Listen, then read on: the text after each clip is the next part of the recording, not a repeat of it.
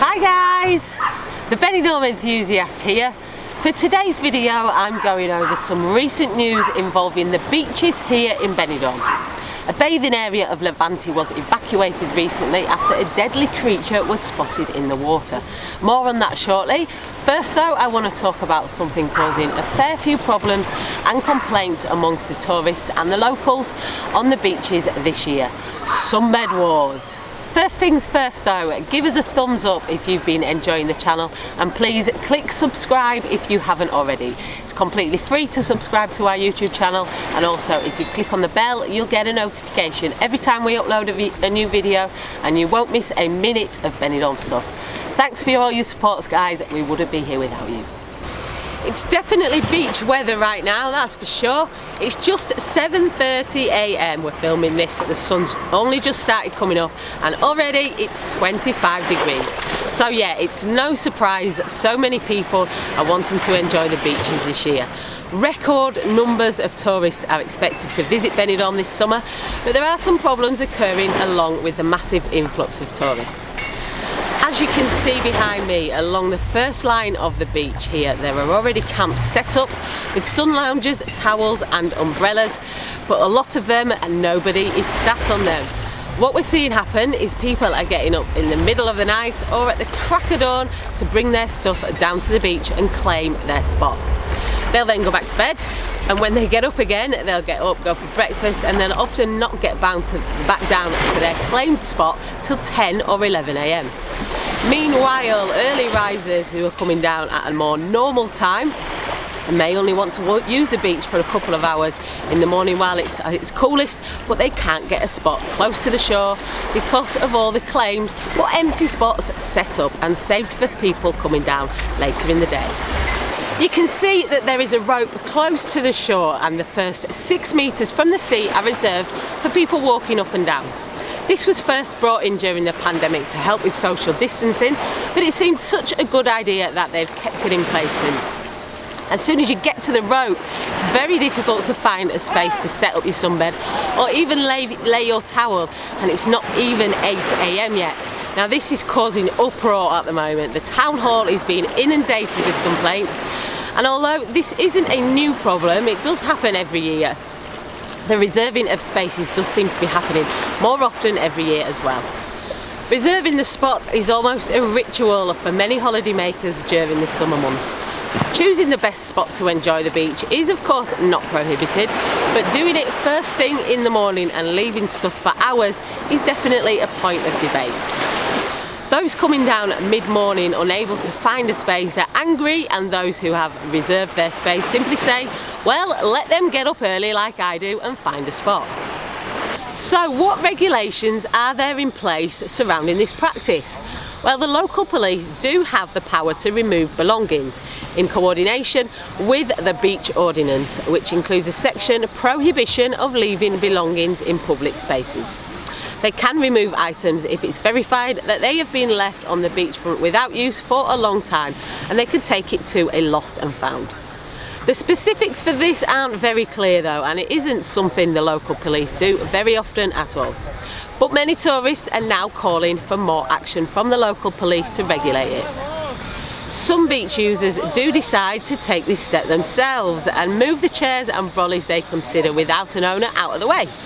Of course, this often causes even more conflict, arguments and sometimes even fights when those who left them in the sand return to find them gone. So what is the answer? Well, the town hall has simply requested beachgoers to have respect and understanding for other users of the beach. But this doesn't seem to be having much effect. Some people are asking that nothing be allowed to be placed on the beach until a certain time, say 9 AM.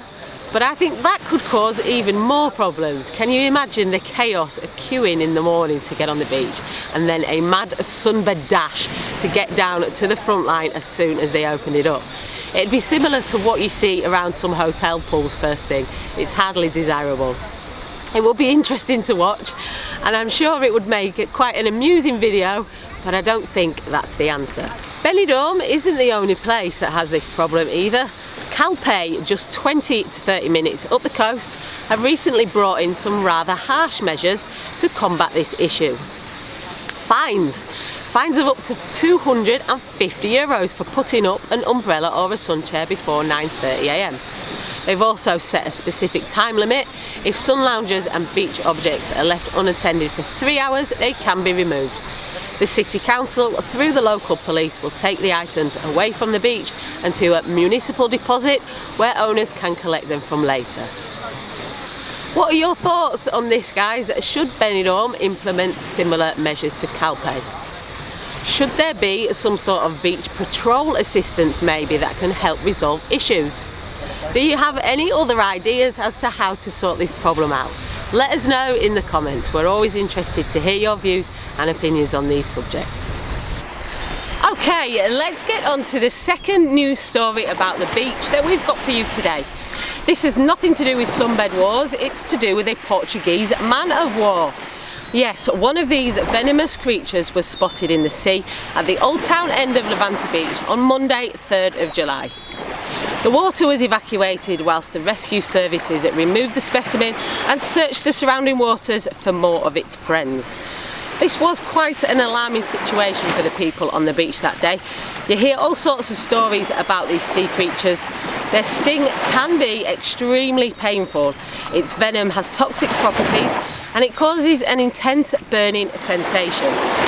They mainly use their sting to paralyse and kill small animals for food, but they are considered dangerous to people because on some occasions, though very few and very rare, cases of death have been reported. This is mainly when the person has underlying health issues which make them vulnerable, but also the shock of the sting can trigger heart attacks or result in a person drowning. The Portuguese man-of-war is actually much more common than you may think. It is the Med, after all. There's lots of weird and wonderful creatures that live in it. It is their home. It's also not particularly uncommon to see some specimens of shark in our coastal waters. And although, again, it may be alarming, they very rarely pose any threat to humans. There are always protocols in place to protect bathers, like the protocol that was activated on Monday with the evacuation of the water and the raising of the jellyfish alert flag, just in case. The last actual incident in Benidorm with a Portuguese man-of-war was back in 2019 when 7 people were reported to be stunned. Nobody died and nobody has died from a shark attack in Benidorm either. It won't put me off swimming in the sea. I absolutely love snorkeling and seeing all the beautiful creatures that live in the Med. It is like a whole other world underwater, and the Levante Beach is a great place to snorkel and see some of the sea life up close. That being said, I wouldn't like to get too close to a Portuguese man-of-war.